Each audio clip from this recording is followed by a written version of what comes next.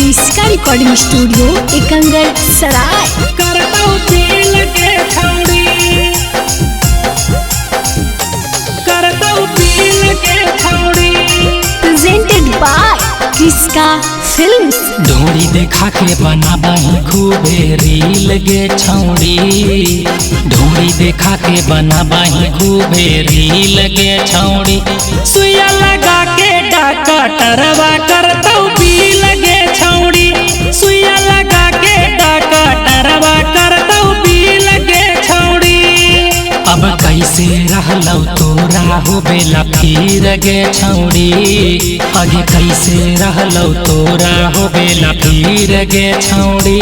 सुइया लगा के डाका टरवा करतौ पील गे छौड़ी, सुइया लगा के डाका टरवा करतौ पील गे छौड़ी, करतौ पील गे छौड़ी, करतौ पील गे छौड़ी।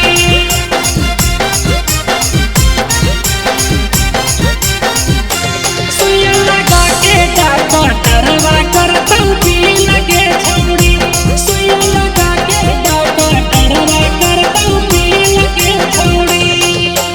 इंस्टा पर छौड़ी देखा के तू नाली, समझा हानि खुद के तू अमर पाली। मंगला पर हमरा तू देहानी गाली, केकरा खिलैनी अपन होठल लाली, केकरा खिलैनी अपन होठल लाली। इंस्टा पर छौड़ी देखा के तू नाली, समझा हानि खुद के तू अमर पाली। मंगला पर हमरा तू देहानी गाली, केकरा खिलैनी अपन होठल लाली।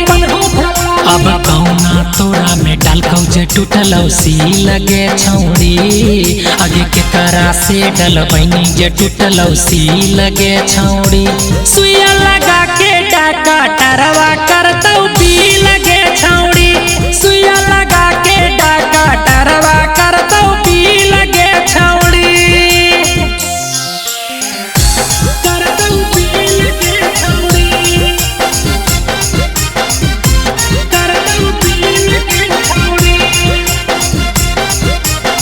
इसका रिकॉर्डिंग स्टूडियो एकंगर सराय।